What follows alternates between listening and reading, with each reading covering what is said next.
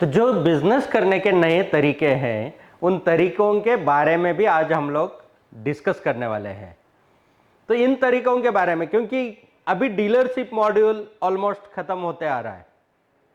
आजकल आपको कोई भी गाड़ी परचेस करनी है तो आप ऑनलाइन देखते हो, सोशल मीडिया पे उसकी ऐड आती है, फिर आप ऑनलाइन उसका ट्रायल के लिए, टेस्ट ड्राइव के लिए व्हीकल को बुक करते हो। अब वो व्हीकल आपके घर पे आता है, पूरा एक्सप्लेनेशन आपको मिलता है, आप टेस्ट ड्राइव लेते हो एंड फिर उस व्हीकल को बुक करते हो। पेमेंट प्रोसेस भी ऑनलाइन हो जाता है। तो आपको शोरूम में जाने की ज़रूरत क्या है? और जब ज़रूरत नहीं है तो शोरूम का इंफ्रास्ट्रक्चर एंड इतनी सारी कॉस्ट वहाँ पे बेयर करने की ज़रूरत क्या है? तो शोरूम्स जो है वो सर्विस सेंटर्स में आगे चल के कन्वर्ट हो जाएंगे एंड आपको बैकएंड के लिए, मतलब जहाँ पे कंपनीज को इन्वेंट्री रखने के लिए बड़े गोडाउन की ज़रूरत पड़ेगी, वहाँ से वो गाड़ी डिलीवरी आपके डायरेक्ट घर पे आ जाएगी। कितना सारा कॉस्ट बचेगा, तो प्रॉफिटेबिलिटी बढ़ेगा, क्योंकि मार्केट कॉम्पिटिटिव है। कॉम्पिटिटिव मार्केट में काम करने के लिए मार्जिन्स को भी बचा के काम करना जरूरी है। तो इसीलिए ये चेंज होते जा रहा है। अब क्या हुआ, जब इलेक्ट्रिक व्हीकल इंडस्ट्री में बहुत सारे मॉडल्स लॉन्च हो गए तो लोगों को यही लगा कि जैसे नॉर्मल व्हीकल के डीलरशिप चलते हैं उसी तरीके से इलेक्ट्रिक व्हीकल के भी चलेंगे। और लोगों ने एक्सपीरियंस ना होने के कारण लाखों करोड़ों रुपए डीलरशिप में इन्वेस्ट किए, इन्वेंट्री लिया। ये नहीं देखा कि बैकग्राउंड में ब्रांड्स कौन से हैं, ये नहीं देखा कि कितनी स्टेबिलिटी है, ये नहीं देखा कि मार्केट में अवेयरनेस कितना आ चुका है और लोगों का एक्सेप्टेंस क्या है। ये पता ही नहीं था कि अरे व्हीकल तो बेचना आसान है, उसके बाद में सर्विस करना, स्पेयर पार्ट सप्लाई करना, इसमें क्या होगा। और वही चैलेंजेस जब लोगों ने फेस करने शुरू किए तो ऑलमोस्ट पिछले 5 सालों का आप रिकॉर्ड देखोगे तो ऑलमोस्ट 80% शोरूम्स बंद हो गए।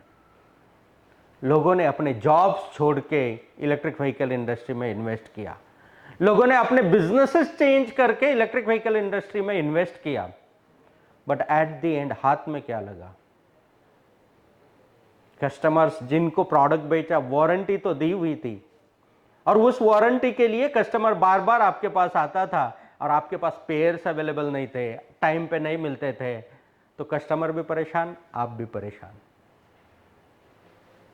तो दोस्तों, इसीलिए पहला सबक हमें आपके और हमारे एक्सपीरियंस से सीखना जरूरी है कि कोई भी बिजनेस में बहुत बड़ी इन्वेस्टमेंट लगा के स्टार्ट नहीं करना चाहिए, उसको छोटे से शुरुआत करके धीरे धीरे ग्रो करना चाहिए, पेशेंस रखना चाहिए।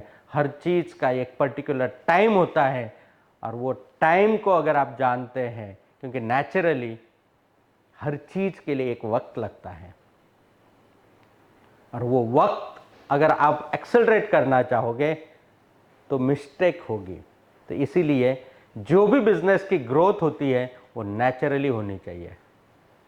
हाँ, नेचुरल ग्रोथ में आप उसको प्रोटेक्शन दे सकते हैं, आप उसकी ताकत बढ़ा सकते हैं, बट कोई भी चीज़ ओवर द पीरियड होती है, ओवर नाइट नहीं होती है। इस चीज़ को हमें ध्यान रखना जरूरी है।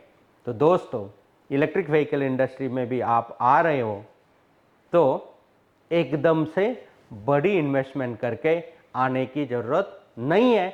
छोटे से शुरुआत करो, एक्सपीरियंस ले लो, एक्सपेरिमेंट करो, मार्केट को अंडरस्टैंड करो, टेक्नोलॉजीज को अंडरस्टैंड करो, कंज्यूमर बिहेवियर को अंडरस्टैंड करो, एंड देन आगे आपको अगर चाहिए तो आप एक्स्ट्रा इन्वेस्टमेंट कर सकते हैं।